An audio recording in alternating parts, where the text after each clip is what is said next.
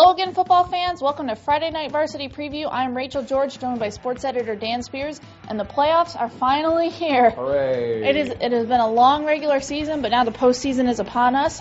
We've got a few categories to go over for you here as we look ahead to the playoffs. First one, early exit. Which team do we have that's in that's not going to last very long?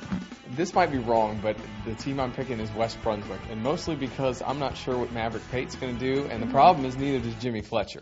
He played in the last game for them a little bit. They've done a lot of things this year that they hadn't done in the past. They found some capable backups, Bradley Bell, Quan Bates, Quan Ray's somewhere else. But I just don't know what they're going to do, and the problem is I don't think they do either. They play Chapel Hill first, 5-5, which is a little misleading because they do play in a bigger league. This will be where West Brunswick's depth of schedule might come back and hurt them. My pick for an early exit is a little different. I'm going with James Keenan. I think the first round game they've got East Montgomery the 9 seed, Keenan the 8 seed, so I think that's a winnable game for them. It is. East Montgomery's got a 3-hour drive. Tigers have lost the last 2 games and certainly want to win one. But after that, they're probably going to run into a train wreck with Southwest Onslow, which should beat Union. And if it gets into the second round, we'll be 12-0 against James Keenan. Sorry to the Tigers, but I cannot see them winning that game. It's a tough row to hoe, and losing those last 2 games really hurt them for their seed more than anything else. They might still have their confidence, but now they're in a really tough part of the bracket. That's hard. That's hard. Yeah. Now they have to beat the second-ranked team in the state. So if they can get to the second round, a tough game awaits them. On the positive side, we've each picked a team that we think will surprise us and have a good playoff run. Who do you have there?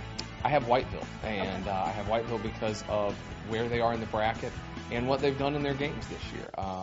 Bob Lewis has them playing hard.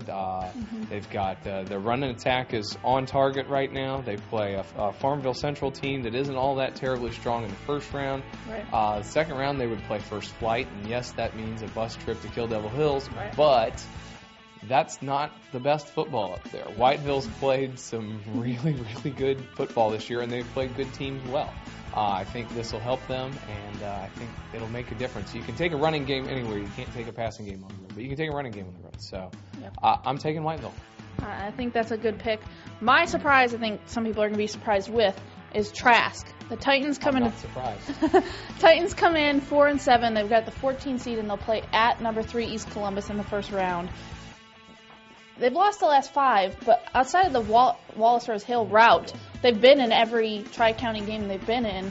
Their conference is stronger than the Three Rivers. I think they had the 12th best schedule or 12th strongest schedule in 1A, so they're playing a lot tougher competition than East Columbus has seen, and I fully expect them to win. Can they finally win a close game is the question. I think they can. I think they Obviously, can. I think so too. I'm not disagreeing with you this time. Well, last but certainly not least, we've each picked a team that we think is going the furthest. Who's going to have the deepest run, maybe go for a state championship, and who do you have? I have Wallace Rosehill. They fall down into the little 1A bracket, which is a huge advantage for them. There's not nearly as many ranked teams down there. They have, Joey Price has playoff experience. You can talk all you want about their rushing attack and their passing game, and they've gotten better, and they've gone from 2-10 to what they are now.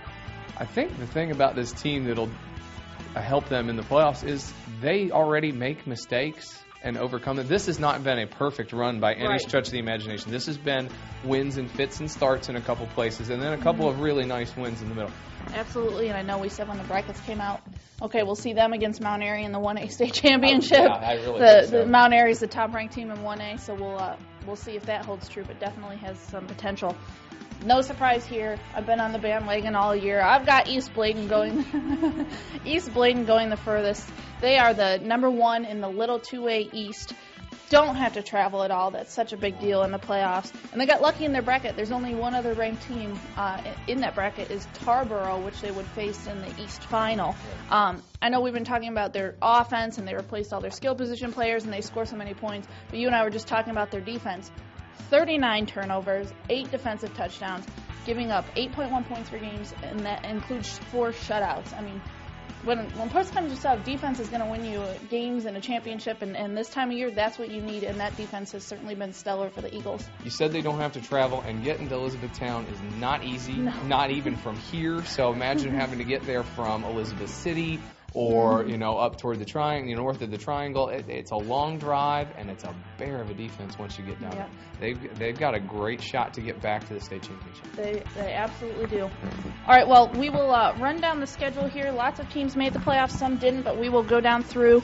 In the 1A East, as Dan mentioned, Wallace Rosehill is the 4 seed and will play host to 13 Northampton East.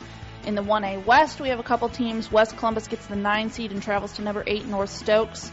North Duplin is the 10 seed, and they'll be on the road at number 7 Cherokee, which that is a drive. Oh, that's a haul. But remember, North Duplin did this 2 or 3 years ago. They went out to Cherokee and won the game. Yes. So they've done this before. Yes. In the 1AA East, Union is the 16 seed and will be at number 1 Southwest Onslow. As I mentioned, James Keenan, the number 8, at home against number 9 East Montgomery. Dixon gets a 12 seed and will be at number 5 Aiden Grifton. Pender gets a 4 seed and will be at home against 13 Perquimans. As I said earlier, Trask a 14 on the road at number 3 East Columbus, former conference opponent. In the 2A East, East Bladen, like we said, number 1 will have Carrboro, the 16 seed in the first round. North Brunswick, a 14 seed, headed on the road to number 3 Roanoke Rapids. That'll be an interesting game. I'm interested to see if they can take that strong end of the season on the road with them. If they can win that game. Oh, absolutely. As Dan said, Whiteville, they'll be the 7 seed and be at home against number 10 Farmville Central. And the 2AA East, East Duplin, the number 1 seed at home against St. Paul's in a game they should absolutely roll. In the little 3A East, South Brunswick gets an 11 seed. They'll be on the road at number 6 East Rowan. In the big 3A, West Brunswick a 4 at home against number 13 Chapel Hill. In the little 4A, we've got a few Mid-Eastern teams. Holly Springs is number 12, will be at number 5 New Hanover. That's a big game all of a sudden with Terry Sanford being eliminated by a forfeit as the 4 seed next to them. Everybody thought Terry Sanford really had an outside shot to go to the state championship, and now they're out. So if Hanover wins, they would play a 13 again at home. This is a big chance for them to maybe salvage something out of that tough loss to Hoggard last week. Get a win here, get a win the next week. All of a sudden, your state quarterfinals. That's a pretty good year. 10 wins, and in the third round, I think they'd take it if they can do it. Absolutely. Also in the 4A East, New Bern is a 14 seed at number 3 Apex Middle Creek. Rose gets a 10 seed, will be on the road at number 7 Southeast Raleigh, which New Hanover certainly knows that's a darn good team. And in the big 4A, our only team there, Hoggard gets a 2 seed and will be at home against number 15 Cary. So let the games begin. That's right. Well, that's it for us this week. Be sure to check back on Saturday as we recap all the first-round games on Friday Night Varsity Flashback. But for this week, for Dan Spears and myself, Rachel George, this has been Friday Night Varsity Preview on StarNewsOnline.com.